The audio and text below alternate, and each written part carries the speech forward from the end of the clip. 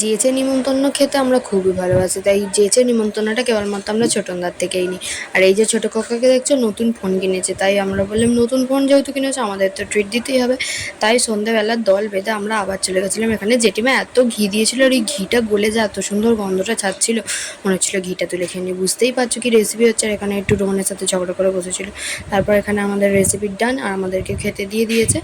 যা হয়েছিল না অসাধারণ খেতে হয়েছিল। তো এখানে ছোটনদা একটা বিরিয়ানির দোকান খুলবে নিজেই ভেবে নিয়েছে, তাই এখানে বিরিয়ানির হান্ডি নিয়েই বসেছিল।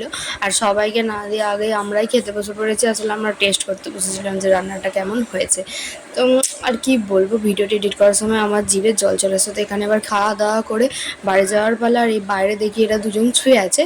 তো ছোটনদাকে বললাম চলো আমাদের বাড়ি দিয়ে আসবে চলো। আর বাড়ি এসে তো আবার আমাদের ঠিক রাত 1:30টার সময় খিদে পেয়ে গেছিলো। আর পূজা এনেছিল পরোটা, দুজনে পরোটা খেলাম। তো আজকের মতো এইটুকুই, ভালো লাইক করো, টাটা।